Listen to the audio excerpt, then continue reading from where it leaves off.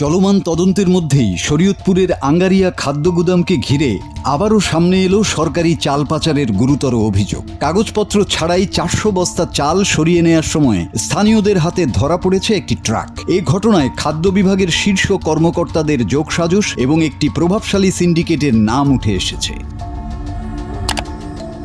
ঘটনার সূত্রপাত সোমবার দুপুরে আঙ্গারিয়া খাদ্য গুদাম থেকে একটি ট্রাকে করে বিপুল পরিমাণ সরকারি চাল শহরের তালুকদার রাইস মিলে নেওয়া হচ্ছিল। পালং মডেল থানার সামনে স্থানীয় জনতা ট্রাকটিকে থামিয়ে চালানোর কাগজ দেখতে চাইলে চালক ও হেলপার পালিয়ে যায়। অভিযোগ রয়েছে, ট্রাক আটকের পর সদর উপজেলা খাদ্য নিয়ন্ত্রক আব্দুর রাজ্জাক ঘটনাস্থলে এসে একটি চালান কপি দেখিয়ে চালগুলো বৈধ প্রমাণের চেষ্টা করেন। তবে স্থানীয়দের দাবি, ধরা পড়ার পর তড়িঘড়ি করে ওই কাগজ তৈরি করা হয়েছে। ঘটনার সত্যতা যাচাইয়ের সময় ঘটনাস্থলে উপস্থিত হন খাদ্যবান্ধব কর্মসূচির ডিলার মানিক মাহমুদ এন্টারপ্রাইজের স্বত্বাধিকারী বোরহানুদ্দিন। তিনি জানান, খাদ্য বিভাগের কিছু কর্মকর্তার অনুরোধে তাকে চালের প্রকৃত মালিক হিসাবে উপস্থাপনের চেষ্টা করা হয়েছিল। তবে সাংবাদিকদের প্রশ্নের মুখে তিনি পুরো বিষয়টি অস্বীকার করেন, যা ঘটনাকে আরো জটিল করে তোলে। আমারটা ভাই আমার গোডাউনে গেছে মাল। আমি হলো 15 টনের আর কি ডিউ করছি। 15 টনের ডিউ করছি আমি। আর এই জায়গায় তো দেখা যায় 24 টন 620 কেজি। তাহলে এটা আপনার না? না, এটা আমার। তাহলে আপনার এখানে আনা হয়েছে কেন? ভাই আমার ওই যে বলছে গোডাউনে একটু আসেন, এক জায়গায় যাইতে হইব জরুরি, পরে আর কি আমি আসছি। এই চালটা আপনার বইলা চালায় দেওয়ার একটা ব্যবস্থা চলতেছে, হয়তো এরকম হইতে পারে।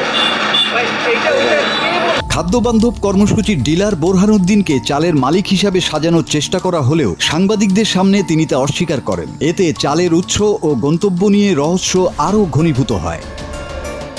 এদিকে সন্ধ্যায় পুলিশ ট্রাকটি হেফাজতে নিলেও রাত 9টার দিকে রহস্যজনকভাবে ছেড়ে দেয়। পরে শহরের চৌরঙ্গি এলাকায় জনতা আবারও ট্রাকটি আটক করলে প্রশাসন তা পুনরায় জব্দ করে আঙ্গারিয়া গুদামে পাঠায়। অন্যদিকে অনুসন্ধানে সদর উপজেলার কোটাপাড়া এলাকার তালুকদার রাইস মিলে ছড়িয়ে ছিটিয়ে থাকা সরকারি আমদানিকৃত চালের বস্তা পাওয়া গেছে, যা পাচার চক্রের দাবির সপক্ষে বড় প্রমাণ।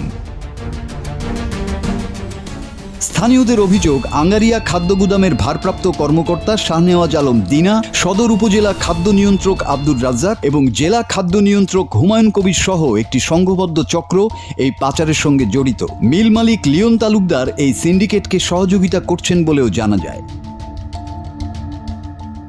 ঘটনার পর থেকে গুদাম কর্মকর্তা শাহনেওয়াজ আলম দিনা গা ঢাকা দিয়েছেন। এর আগেও তার বিরুদ্ধে দুর্নীতির অডিও ফাঁস হওয়ায় বাংলা টিভিতে সংবাদ প্রচারের পর তদন্ত কমিটি গঠন করা হলেও তিনি স্বপদেই বহাল ছিলেন। ব্যাপারটা হলো যে চাউলটাতে তারা তো একটা কাগজ শো করতেছে, সরকারি কাগজ। এখন তারা তদন্ত করে দেখুক যে আসলে ঘটনাটা কি।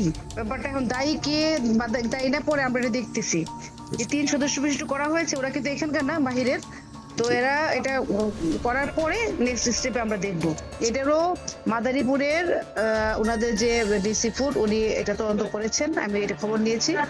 ওনারা প্রতিবেদন জমা দিবেন, প্রতিবেদন দেওয়ার পরে বোঝা যাবে যে আসলে ব্যাপারটা কি। তবে তদন্ত কমিটির নেতৃত্বে সংশ্লিষ্ট দপ্তরের কর্মকর্তাদের রাখায় নিরপেক্ষতা নিয়ে প্রশ্ন তুলেছে সচেতন মহল। সাধারণ মানুষের দাবি, লোক দেখানো তদন্ত নয়, বরং প্রকৃত অপরাধীদের দ্রুত আইনের আওতায় আনা হোক। Bangla TV news desk.